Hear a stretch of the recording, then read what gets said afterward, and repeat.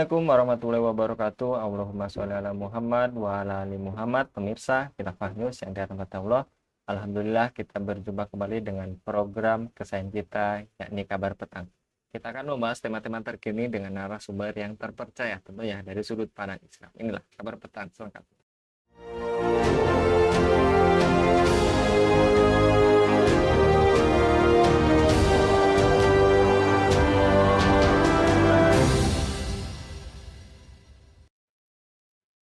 Dinas Pertanian, Ketahanan Pangan, dan Peternakan atau DPKPP Kota Solo mencatat terdapat 27 warung yang hingga kini aktif menjual olahan daging anjing. Puluhan warung itu bahkan tercatat mengolah 90 hingga 100 ekor anjing yang disajikan setiap hari. Ketua DPKPP Solo, Eko Nugroho, menyebut catatan itu diperoleh setelah dinas tersebut melakukan pendataan terkait warung olahan daging anjing yang tersebar di kota Solo. Mengapa jual beli olahan daging anjing masih marak di Solo? Apakah penjualan olahan daging anjing itu sulit dihentikan karena tingginya minat masyarakat? Apakah pemerintah abai dalam menjamin penyediaan pangan halal dan perlindungan konsumen? Untuk membahasnya kami terhubung dengan Dr. Ali Safiuddin. Kita sapa terlebih dahulu. Assalamualaikum warahmatullahi wabarakatuh, Pak Dokter.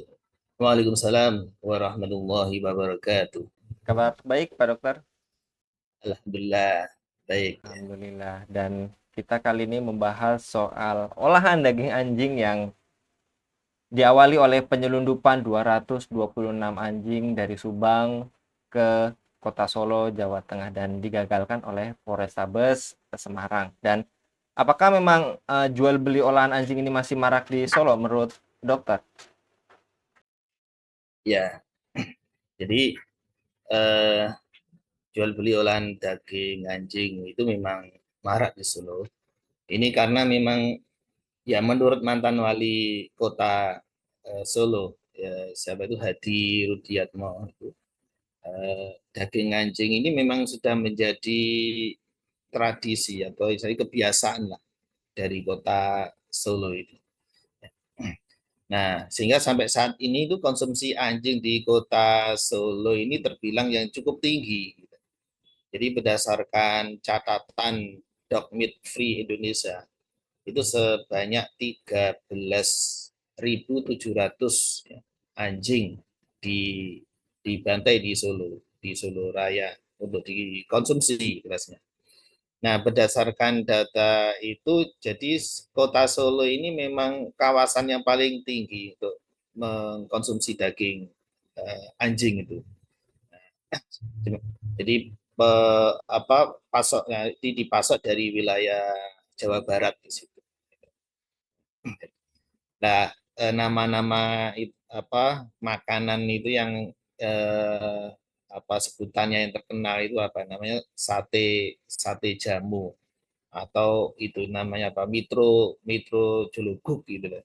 Nah, ini sudah menjadi kuliner ya, kebiasaan itu ya, dan diteruskan oleh anak-anak cucunya ini. Jadi yang jelas ini karena memang ada peminatnya ya, otomatis ya ada yang mau jual ya. Nah, terus selain itu juga bahan baku itu selalu tersedia ya. Pernah juga ada upaya ya untuk mengalihkan mereka jangan jual anjing ini ya, jadi dialihkan untuk komoditas lain gitu. Nah, tapi mereka sudah memiliki pelanggan sehari-hari yang diandalkan. Jadi untuk menyambung hidup lah. Nah ini gimana itu loh kalau dihentikan. Nah, kemudian ditambah lagi sebenarnya tidak ada larangan dari undang-undang, dari Perda itu tidak ada larangan. Dari secara pusat, di pusat itu ada undang-undang 18 ya. Nah, itu larangan mengkonsumsi daging anjing.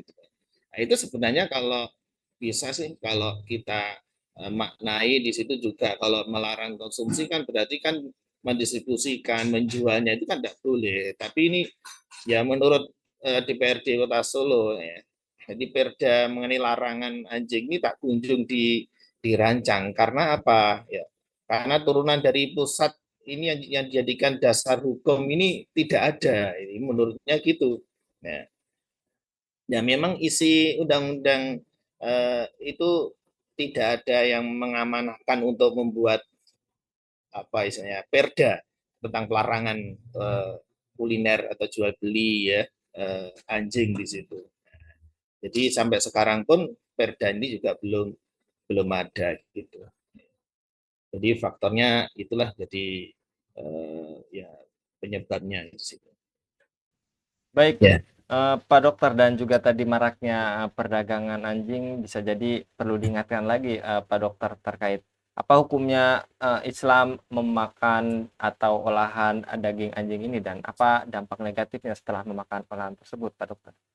Ya, jadi jelas di dalam Islam ya, mayoritas ulama ini mengharamkan ya tentang daging anjing. Jadi Rasulullah melarang an kulidzi nabin minasiba. Ya. Jadi Rasulullah melarang makan binatang buas yang memiliki taring, gitu. Yang memiliki taring ya, termasuk anjing di hadis yang diriwayatkan oleh Imam Muslim. Dan juga harganya samanul kalbi khabisun ya. Jadi harga harga anjing ya, harga jual beli anjing itu ini khabis kotor ya. Itu riwayat Imam Muslim ini tidak boleh diperjualbelikan karena eh, apa ya najis di situ ya kotor itu tidak boleh dan ulama-ulama mayoritas ulama eh, setiap binatang ya, ini diharamkan yang memiliki kuludzi nabin jadi memiliki taring ya yang memiliki taring baik itu ahliyah maupun hasyiah baik itu jinak maupun liar jinak seperti anjing jinak gitu ya atau sinur sinur itu kucing ya atau yang ganas ya singa serigala itu juga diharamkan untuk dikonsumsi ya ini secara pandangan syariat Islam. Nah kemudian bagaimana konsumsi daging akibatnya bagaimana? Nah, ini yang sering kita dengar itu kan rabies itu ya. Nah, rabies. Ini salah satu penyakit yang serius ya, virus ya, yang ditularkan dari bisa anjing, kelelawar macam-macam ya. Nah, ini melalui gigitan, cakaran, ya, kucing juga itu deh. Nah, atau juga konsumsi dagingnya, konsumsi dagingnya. Jadi orang yang terkena rabies virus ini kan bisa mengenai ini susunan saraf pusat itu ya, bisa mengenai gitu. Ya, jadi gejalanya awal itu ya, gejala awal ketika terkena virus rabies ini ya berlangsung 1 sampai 3 bulan ya di masa masa inkubasinya ya masa inkubasinya 1 sampai 3 bulan. Jadi, memang bervariasi bisa 1 minggu sampai 1 tahun ya. Yang pasti ini hanya salah satu gitu ya, Pak Dokter. Pasti masih banyak lagi efek samping yang Iya. ditularkan atau disebabkan oleh olahan daging anjing tadi, dan Hmm. kemudian praktek kuliner non halal di Solo itu sudah terjadi dan fenomena ini menjadi politis ketika lagi-lagi Gibran menjadi salah satu paslon dalam Pilpres 2024 mengungkapkan terkait SGIE. Apakah ini inkonsistensi saat menjadi wali kota Solo namun fenomena kuliner daging anjing ini dilupakan untuk mengejar isu terkait kepentingan mayoritas muslim? Bagaimana tanggapan Anda, Pak Dokter? Iya. Ya, ya bisa jadi ini politisi juga yang seharusnya itu pada saat dia memimpin eh, di saat tahun-tahun dia memimpin apa Solo ini ya, tahun 2019 ya menurut data Dog Meat Free Indonesia ini puluhan warung itu menjajakan anjing ya menjajakan daging anjing pada saat itu memang dipimpin oleh wali kotanya adalah Gibran Raka Buming ini. Nah, tapi dalam satu seharusnya kan itu ya seharusnya digembar-gemborkan atau diupayakan ini untuk dihentikan. Nah, jadi bukan pada saat kampanye ya, ketika mengutarakan data dari apa SGIE ini State Global Islamic Economy. Jadi kondisi ekonomi Islam global ini diantara adalah produk makanan halal. Memang Indonesia ini dilaporkan peringkat 2 di dunia ini ya setelah kalau tidak salah setelah Malaysia ya setelah Malaysia. Nah ini yang melaporkan adalah sebuah perusahaan swasta yang berbasis di Dubai ya, namanya Dinar Standar. Jadi Indonesia memang luar biasa nomor 2 ya, tentang kehalalan itu. Namun ini cukup ya ada kontra ya, antara opini ya data dari SGIE ini ya dengan fakta yang ada di desa khususnya yang ada di Solo ini. Nah, justru banyak ini yang jelas kan tidak halal itu. Justru semakin meningkat ya, semakin meningkatlah. Nah inilah eh, ya sudah dimaklumi lah kalau dalam hal untuk membuat orang banyak terpesona ya untuk bisa nanti memilih atau gimana di situ mungkin hanya sekedar lipstick argumentasi atau gimana di situ untuk menarik perhatian itu nah, ini bisa saja ya bisa saja itu terjadi gitu. Jadi sangat ya kontra lah antara kenyataan dari data ini SGIE ini ya State Global Islamic Economy ini dengan yang terjadi di Solo itu. Ya itu. Baik, dan terakhir Pak Dokter, maraknya tadi kuliner olahan daging anjing apakah menunjukkan sikap abai pemerintah dalam menjamin penyediaan pangan halal dan perlindungan bagi konsumen, Pak Dokter? Ya, Islam telah memerintahkan kepada kita semua untuk makan makanan yang halal. Ya yunasu kulu mimma fil ardi halalan thayyiba. Wala tattabi'u khutuwati syaitan innahu lakum aduwwum mubin. Hai manusia, makanlah makanan yang halal laki thayyib ya. Dari apa yang terdapat di bumi dan janganlah kamu mengikuti langkah-langkah setan karena sesungguhnya setan itu musuh nyata. Jadi ya artinya kalau kita mengikuti langkah setan itu ya apa? Ya jualan aja yang diharamkan di situ. Itu mendapatkan harta tapi yang diharam itu namanya mengikuti langkah-langkah setan. Makanan-makanan yang haram, yang najis dimakan, yang tidak toyib dimakan, nah, itu adalah mengikuti langkah-langkah setan itu. Nah, urusan tentang kehalalan untuk umat Muslim ya di negeri ini ya, ini sebenarnya tanggung jawab dari negara ya, bagian dari pelindungan negara terhadap agamanya ya, juga pelindungan ya atau tanggung jawab lah pemimpin di situ. Jadi innama imamu junatun yuqatalu min wara'i wa yutaqabihi. Sesungguhnya imam ini adalah perisai ya, di mana orang-orang berperang di belakangnya dan berlindung. Jadi sebagai junah, sebagai pelindungan rasa aman. Aman tidak hanya dari serangan musuh, tapi hal-hal yang memberikan mudarat, makanan-makanan, minuman apapun di situ yang memberikan mudarat ya kepada warganya. Ini tanggung jawab adalah imam. Al-imamu ra'in wa wa masulun an royatihi. Imam itu adalah pengurus, pemimpin, dan dia akan dimintai tanggung jawab terhadap rakyat yang dipimpinnya. Nah, Umar bin Khattab radhiyallahu anhu itu pernah ya dalam rangka untuk mencegah terjadi perkara-perkara yang mendatangkan doror bahaya bagi jamaah, adanya kecurangan, adanya makanan atau yang memberikan doror ya. Untuk mengontrol pasar itu maka beliau mengangkat namanya kodi hisbah di situ. Bahkan dalam riwayat itu yang diangkat itu ada apa namanya perempuan namanya Syifa ya. Nah, ini diangkat untuk mengontrol di pasar di situ.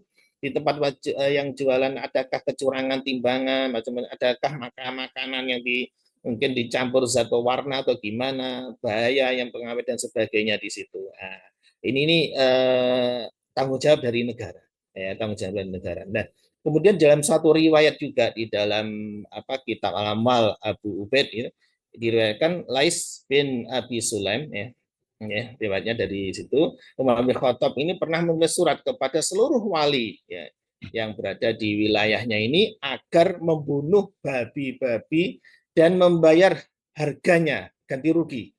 Ya. Ya, selain itu juga untuk mengurangi pembayaran jizyah dari non Muslim ini. Ben akeh bayar jizyah itu. Babi-babi dibunuh nih.